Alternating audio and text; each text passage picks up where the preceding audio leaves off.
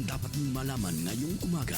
GV Balita Express. GV Balita Express. Mga balitang kinalap ng buong puwersa ng GV 99.9 Batangas. GV Balita Express. GV Balita Express.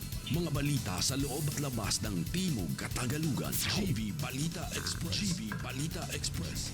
Narito na ang GV Balita Express.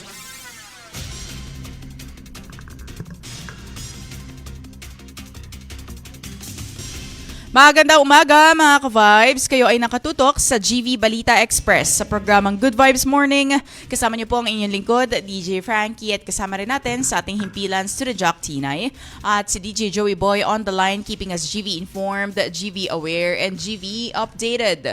Muli, ito po ang GV Balita Express.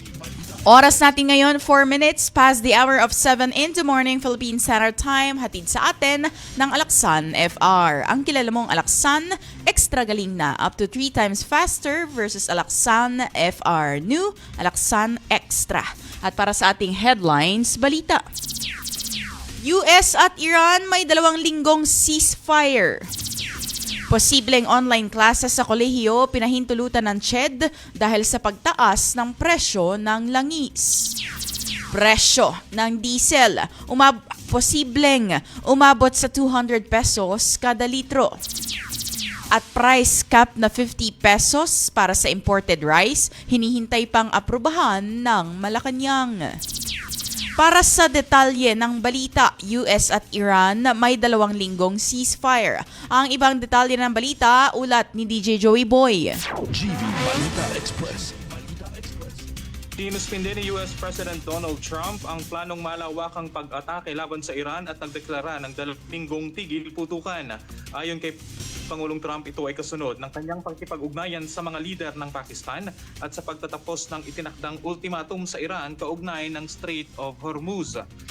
Sinabi rin ni Trump na nakatanggap ang Estados Unidos ng isang 10-point proposal mula sa Iran na posibleng maging daan para sa usapang pangkapayapaan.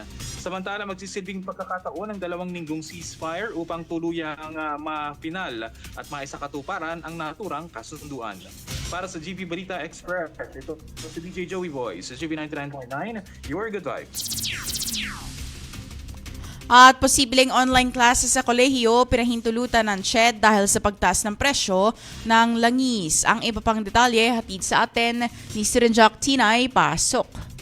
GV Balita Pinahintulutan na ng Commission on Higher Education o CHED ang mga kolehiyo at universidad na magpapatupad ng online classes bilang tugon sa tumataas na presyo ng langis at epekto ng krisis sa enerhiya.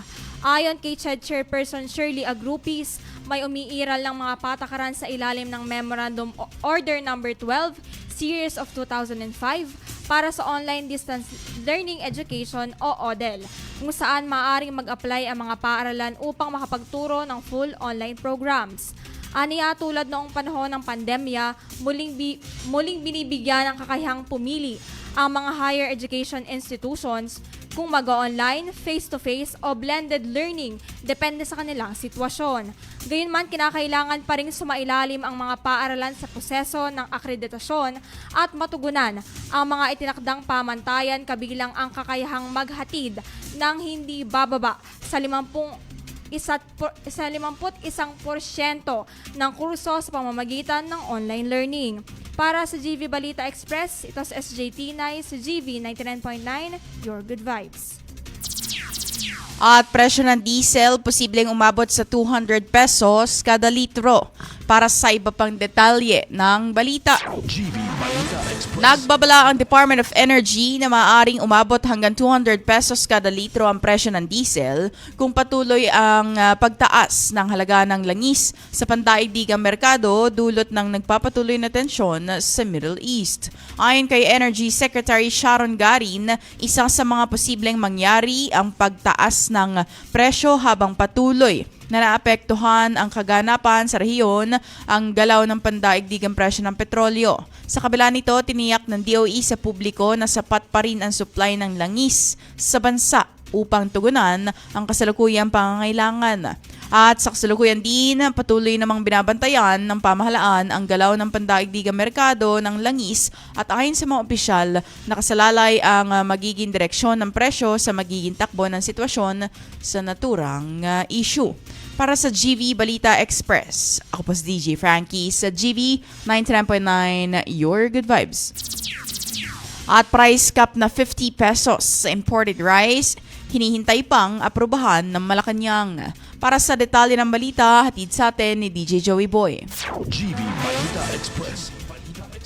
DJ Frankie, mga ka-vibes, sinihintay pa ng Department of Agriculture ang pag-aproba ng Malacanang bago ipatupad ang panukalang 50 pesos kada kilo na price cap sa imported na bigas. Ayon kay Department of Agriculture Secretary Francisco Chu Laurel Jr., ang naturang rekomendasyon umano ay mula sa National Price Coordinating Council matapos mapansing muling tumaas ang presyo ng bigas kasabay ng pagmahal ng iba pang pangunahing bilihin. Iniuugnay naman ito sa pagtaas ng presyo ng langis na dulot ng nagpapatuloy na digmaan sa Middle East. Samantala, pinag-aaralan din ng Department of Agriculture ang pagbibigay ng tulong sa mga magsasakang naapektuhan ng mataas na presyo ng gasolina at diesel. Para sa GV Balita Express, ito si DJ Joey Boy sa GV 99.9, We're Good Vibes.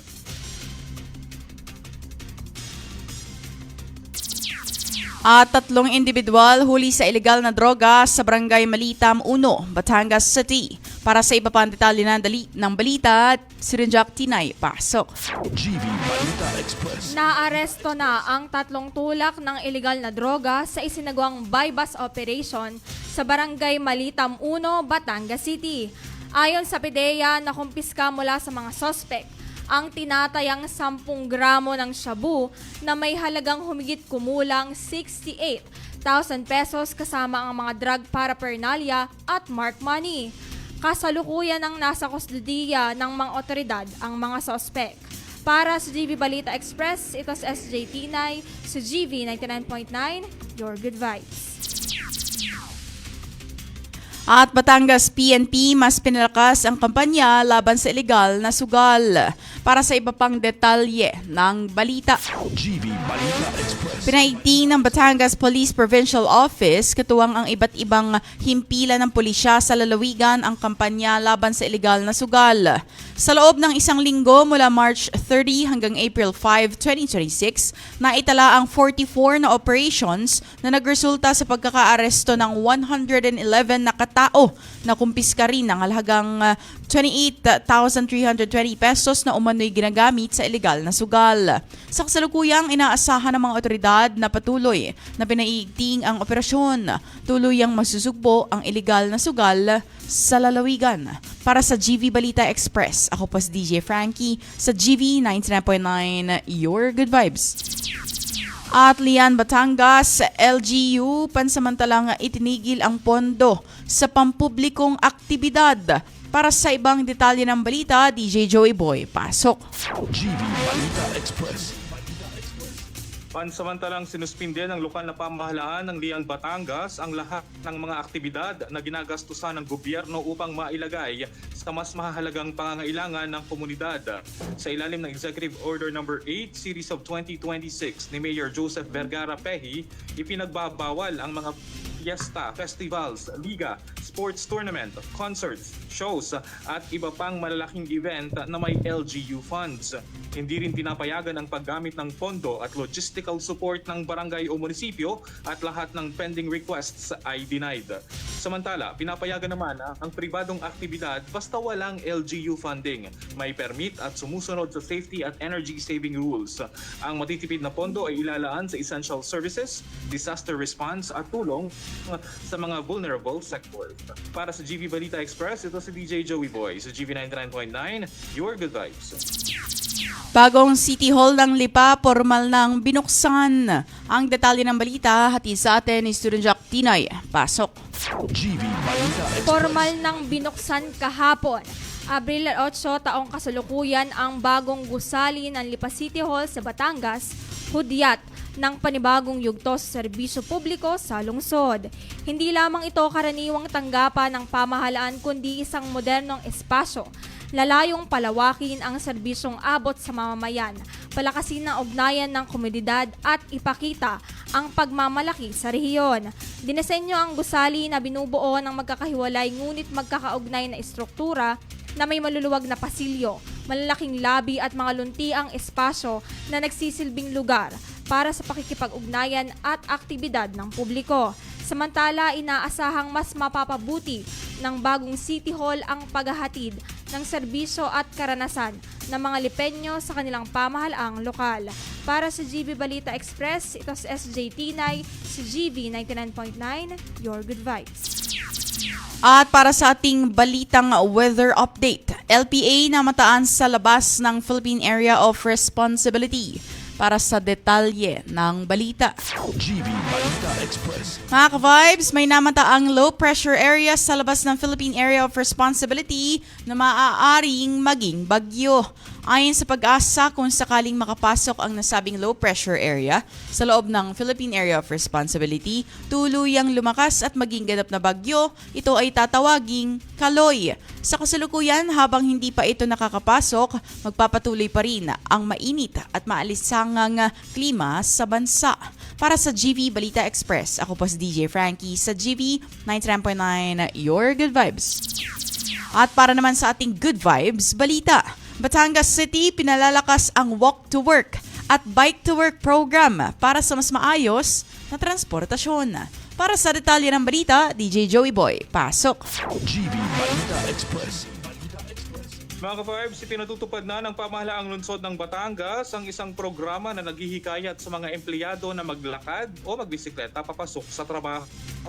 Ayon kay Batangas City Mayor Marvy Marino, makatutulong ang programa sa pagtitipid ng gastos at pagsusulong ng mas ligtas, malusog at makakalikasang paraan ng pagbiyahe sa lungsod.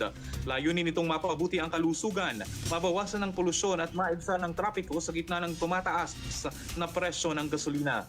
Samantala, pinag-aaralan din ang pagbibigay ng tulong pinansyal para sa pagbili o pagkukumpuni ng bisikleta, kasama ang paglalagay ng bike parking at changing facilities upang maging mas maginhawa ito sa mga manggagawa. Para sa GV Balita Express, ito si DJ Joey Boy sa GV 99.9, Your Good Vibes. At yan ang kabuuan ng ating balita, hatid sa atin ng Lipa Medics Medical Center. You may avail of their circumcision package for only 3,800 pesos. Ang inclusions po nito ay medical supplies, professional fee, and free medicines good for 5 days. And you may just call their phone number, which is 756-1190. Visit their Facebook page, Lipa Medics Medical Center, their Instagram at Lipa Medics, their website, lipamedics.com. Manatiling nakatutok sa the most influential Good Vibes radio station para kayo ay GV informed, GV aware, and GV updated. My name is DJ Frankie. Kasama natin si Himpilan, si Renjak Tinay, and DJ Joey Boy on the line, only here at the most influential Good Vibes radio station. This is GV 99.9, your Good Vibes. GV Balita Express. GV Balita Express. Mga may init na bagong balita. Mga balitang dapat mong malaman ngayong umaga. GV Balita Express. GV Balita Express.